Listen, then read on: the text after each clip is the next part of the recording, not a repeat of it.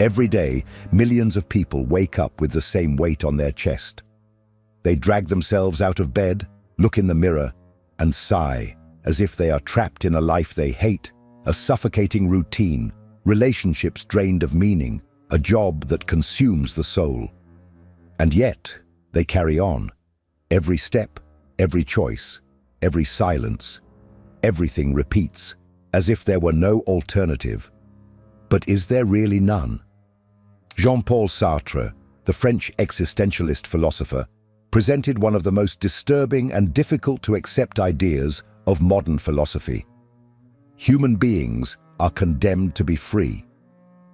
In other words, no matter how much you try to deny, rationalize, or dramatize your circumstances, in the end, you are always choosing.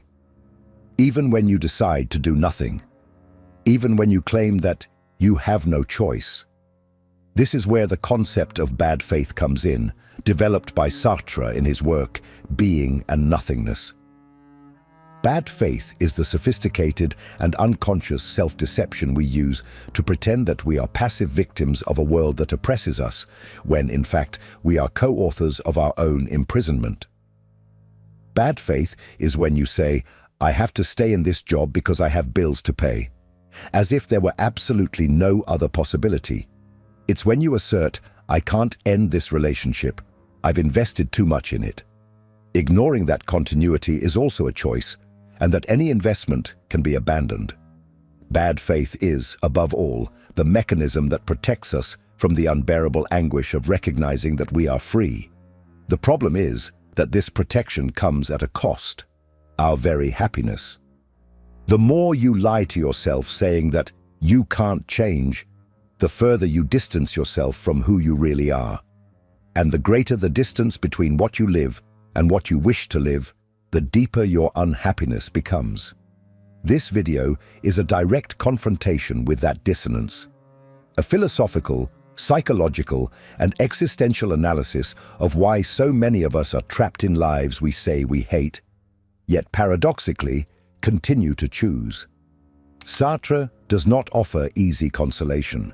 He does not believe in magical solutions or comfortable excuses. His proposal is brutal. You are absolutely free, and this freedom is a burden you try to avoid every day. But there is something liberating in this brutality. Because the moment you recognize that everything you live is the result of choices, conscious or not, you also discover that you can, at any moment, choose differently. The pain of being where you are is real. But the truth that needs to be faced is this: you are not trapped. You are choosing to stay. And perhaps by understanding this, you will finally begin to walk the path of real freedom. Jean-Paul Sartre not only described human freedom, he illuminated it in such a raw light that it became almost impossible to ignore.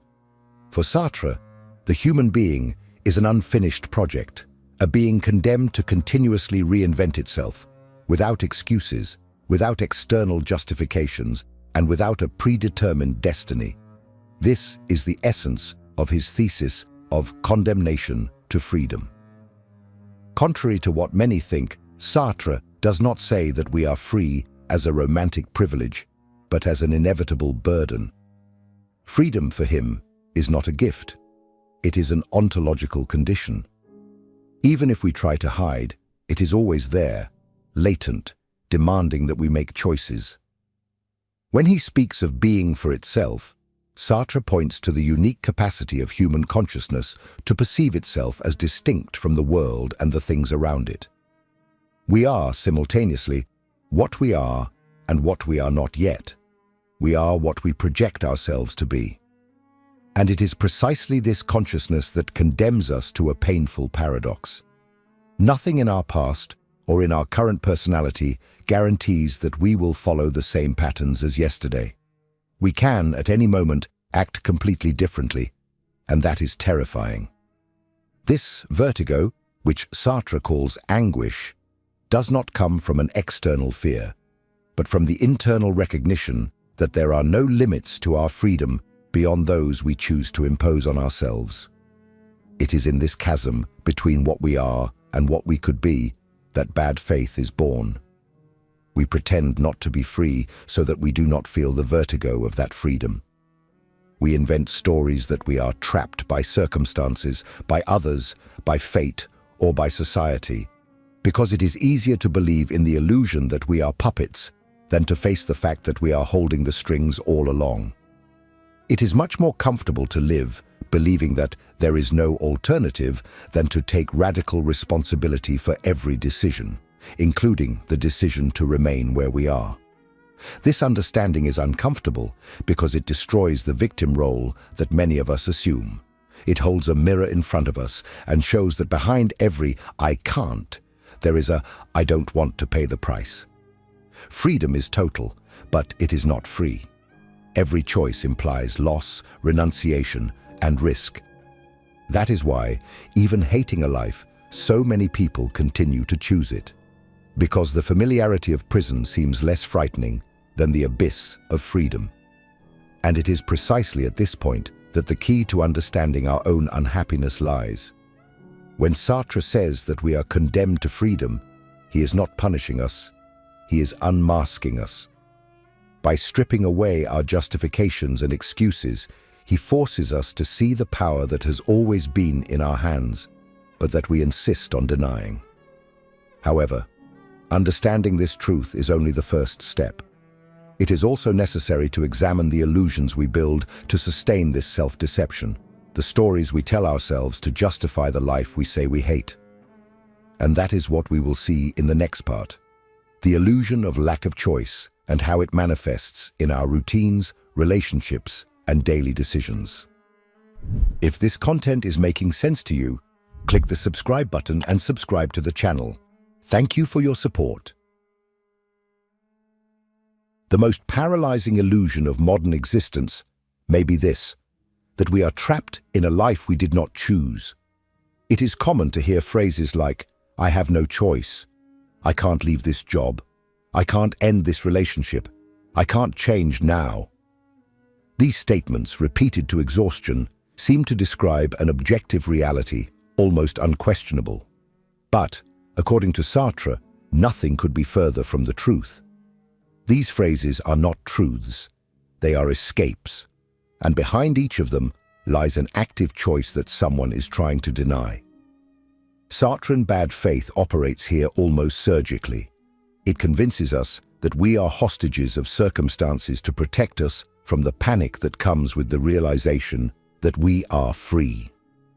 When someone says they need to stay in a toxic job because they have bills to pay, what they are really saying is that they choose financial security over the uncertainty of change. When someone remains in an emotionally abusive relationship and justifies it by saying it's complicated, they are choosing the comfort of the known over the emotional risk of separation. There is no moral judgment here. There is only the philosophical observation that all permanence is ultimately a choice. The trap lies in how we tell ourselves these stories. We do not say, "I am choosing this suffering because I am afraid of the alternative." We say, "I have no way out of this." This inversion is what sustains the illusion. Language betrays us.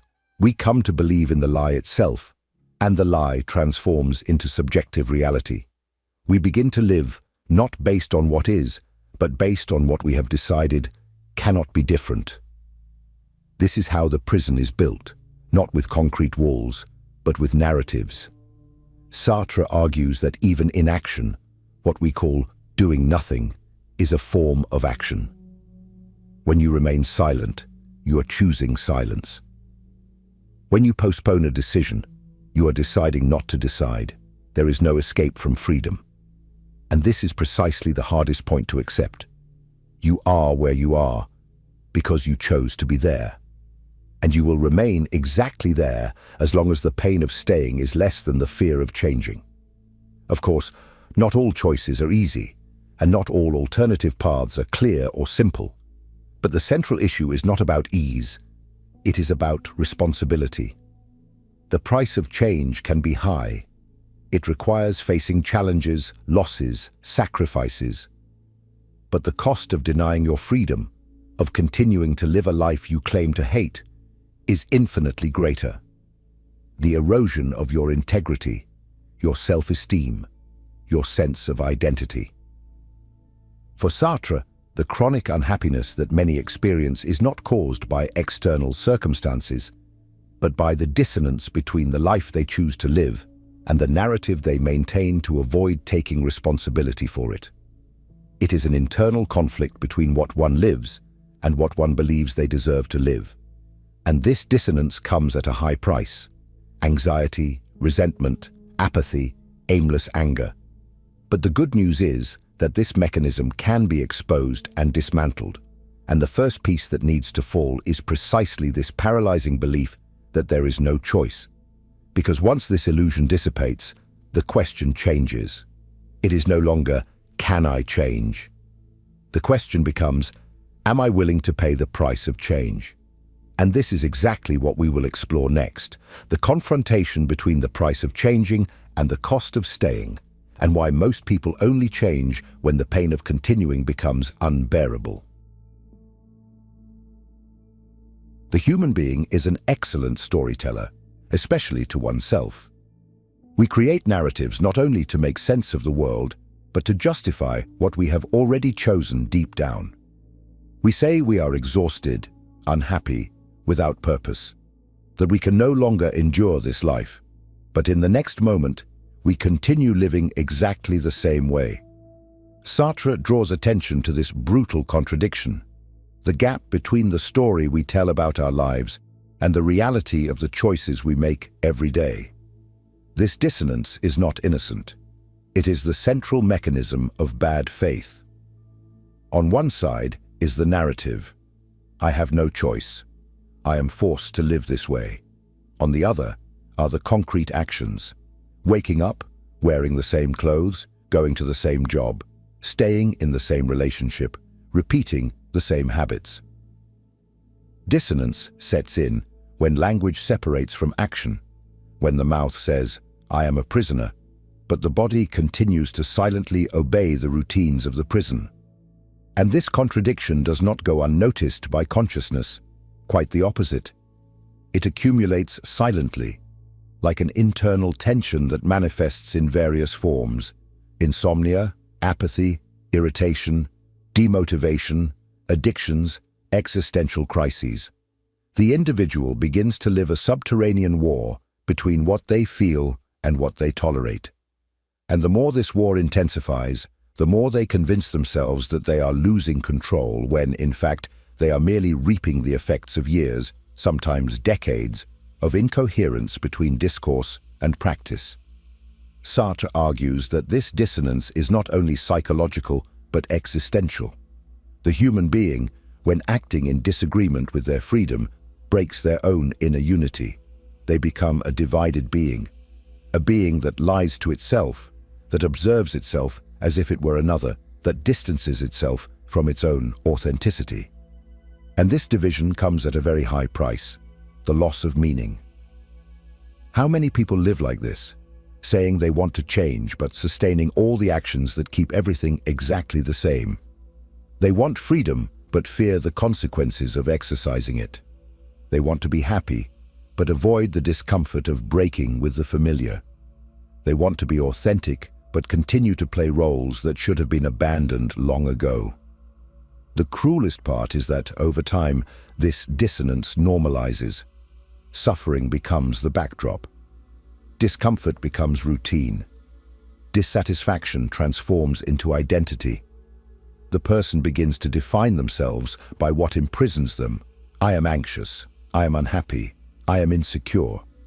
As if these states were natural, immutable, essential, as if they were them. But Sartre cries out against this resignation. What you are is what you choose to be. And if you continue choosing something that denies your own desire, then that is what you will be. Not by fate, but by decision. And perhaps this is the most uncomfortable truth of all. Your unhappiness is not a mistake of the universe. It is the result of the life you continue to choose to live. There is no divine punishment, bad luck, or external conspiracy. There is only the absence of real responsibility for the choices one makes. But what if, instead of fleeing from this, you faced this dissonance head-on? What if you recognized, with brutal honesty, that everything you are living is a direct reflection of your choices or the lack of courage to change? This is the turning point. And it is about this that we will talk in the next part. The moment when the cost of staying exceeds the fear of changing, and how this redefines everything. Every real transformation begins with a collapse, not a visible collapse, but an internal, silent, almost imperceptible one. It doesn't happen when you read a motivational quote, nor when someone tells you that you deserve more. It happens when, finally, the pain of continuing becomes greater than the fear of change. Sartre understood this with brutal clarity. Human beings only move when permanence becomes unbearable. Before that, everything is rationalization. Everything is postponement. That's why so many people live in limbo, between constant suffering and postponed change. An existential space where discomfort is chronic but still bearable, where days are repetitive but predictable, where unhappiness is manageable. And as long as it is possible to manage the pain, human beings will postpone facing freedom. Changing, after all, has a price. And it's not a small price. It involves losing. It involves breaking ties, abandoning habits, shattering constructed images, disappointing expectations, dealing with others' judgment, facing the unknown. Change requires mourning. The mourning of the version of yourself that you have sustained for years, even if it was built on suffering. Sartre does not romanticize this transition. For him, changing is an act of radical courage. It is to acknowledge that you are the only one responsible for what comes next. There are no guarantees. There are no promises. There is only the leap, the abyss of choice. And that's why so many people prefer to remain trapped. Not because they love the prison, but because they fear what exists outside of it. But what is rarely said, and what Sartre hints at, is that permanence also has a cost, and in many cases, that cost is infinitely greater than the price of change. The cost of remaining in a life that denies your innermost truth is the silent corrosion of the soul. It is the sickness of identity. It is the existential weight of living below what one knows to be possible. Staying where you are is not neutral. Time does not stop. Vital energy does not recycle itself. Stagnation is not a static state. It is regressive. Each day you choose safety over growth. You weaken your own potential. Each "not now" becomes a disguised "never." And when you realize it, years have passed, and the only thing that has accumulated is regret. That's why the most important moment of the existential journey is the instant when the pain of staying finally surpasses the fear of leaving. It is at this point that the mask of bad faith begins to crack. The lie of "I have no choice" starts to lose strength. And a new question begins to emerge, still timid, still fragile, but impossible to ignore. What if I have been free all along? This question does not bring immediate relief. On the contrary, it brings vertigo. Because accepting that you are free also means accepting that you are where you are because you chose to be. And even more, that you can leave at any moment if you are willing to pay the price. But what happens when you face this freedom head-on? What changes when you stop waiting for a sign, a permission, or the right moment, and understand that everything has always been in your hands? This is what we will talk about in the next part, the true Sartrean freedom, and why you are already free, even if you insist on feeling trapped. If what you're hearing resonates with you, you'll find real value in my ebooks. Beyond the Shadow breaks down Jung's core ideas, while Dialogues with the Unconscious gives you a 30-day path to apply them in your life. Both are linked in the pinned comment. The idea that you are already free, right now, at this very moment, is one of the hardest truths to accept. And precisely for that reason, it is one of the most powerful. For Jean-Paul Sartre, freedom is not a distant possibility, conditioned by external factors, money, emotional support, or ideal timing. Freedom is the fundamental structure of being human. You are free not because you have earned that freedom, but because there is no way not to be. Even the act of denying that freedom is, in itself, an expression of it. It seems paradoxical, but it is not. When someone says, "I am trapped in this life," what they are really saying is, "I am choosing not to pay the price of change." Every feeling of imprisonment that does not involve handcuffs or physical walls is, at its core, a comfortable choice, a decision camouflaged as inertia. You may not be aware of this. You may even swear that you would like to change, but as long as you do not take action, you are exercising your freedom in the most passive way possible, choosing to wait. Sartre goes even deeper by stating that even passivity is a form of action. By not acting, you are making a choice, the choice to abstain, to keep everything as it is. And the most disturbing thing is that no one can make that choice for you. Not society, not your parents, not your boss, not your partner. You are solely responsible for being where you are, and you're also the only one with the power to leave. This kind of total responsibility can be suffocating. It is easier to believe that we are waiting for the right moment, or that life will change when X happens. But all of this is carefully constructed distraction to avoid the weight of knowing that life is in our hands. Because when you truly understand this, there is no one left to blame. And most people simply are not prepared for this kind of freedom. But why so much fear? Why do we choose the pain of stagnation over the uncertainty of movement? Because true freedom requires sacrifice. It demands renouncing the comfort of the known, giving up the victim role, abandoning the old narratives that justified our paralysis. And above all, it requires responsibility for everything, for the mistakes, for the failures, for the successes that did not happen because we chose not to act. That is why Sartre said, we are condemned to freedom. There is no escape. Even when we pretend to have no power, we are exercising power. Even when we say that we have no choice, we are, in fact, choosing. Freedom is an inevitable condition. And precisely because it is inevitable, it does not bring comfort. It brings weight. A weight that can crush or liberate, depending on what you do with it. But here is the turning point. The moment you stop resisting freedom, everything changes. When you abandon bad faith, face your fears, acknowledge your excuses, and accept with brutal honesty that the life you live is your responsibility, you become, in fact, free. Not because something magical happened, but because you stopped lying to yourself. And it is at that moment that real transformation becomes possible. Because when you take on your freedom, you also take on your power. And where there is power, there is possibility. But this freedom only becomes real when accompanied by action. Because knowing that you are free changes nothing. What changes everything is what you do with that freedom. And that is what we will talk about in the last part. How to transform awareness into action, and why you will continue choosing the life you hate until the pain of staying outweighs the fear of living a new one.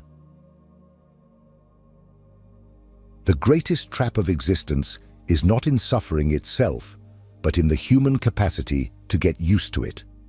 The mind is incredibly adaptable. It transforms discomfort into routine, pain into habit, and unhappiness into identity. And as long as the pain is bearable, as long as it is possible to keep breathing even without enthusiasm, surviving even without joy, you will continue choosing the life you say you hate. This is the most brutal indictment of Sartre's philosophy. There is no external force sustaining your stagnation. What exists is your silent agreement with a reality that no longer serves you, but still seems safer than the abyss of change. And as long as this agreement remains, transformation does not happen. Because all real change requires a break, and a break requires pain. You will only leave where you are when it becomes unbearable to stay. When the discomfort of living on autopilot, of repeating empty patterns, of ignoring your authenticity, finally becomes greater than the fear of breaking away from all of this. And that breaking point, despite seeming painful, is the true opportunity. It is there that the vital impulse for change is born. It is there that you stop negotiating with your cowardice and begin, for the first time, to commit to your truth. But it is important to understand, recognizing all of this is not enough. Freedom by itself does not transform anything. It only becomes real when accompanied by action. It is no use just intellectually understanding that you are where you are by choice. You need to act as someone who knows this. You need to start making decisions, no matter how small, that express this freedom. You need to change your rituals, your automatic responses, your unconscious cycles. Bad faith only loses strength when you act responsibly, when you stop telling the story that you cannot and start behaving like someone who chooses. This transition is internal, silent, but absolutely transformative. There is no easy path, but there is a path, and it begins the moment you stop fleeing from yourself. The life you say you hate is sustained by small decisions, repeated every day.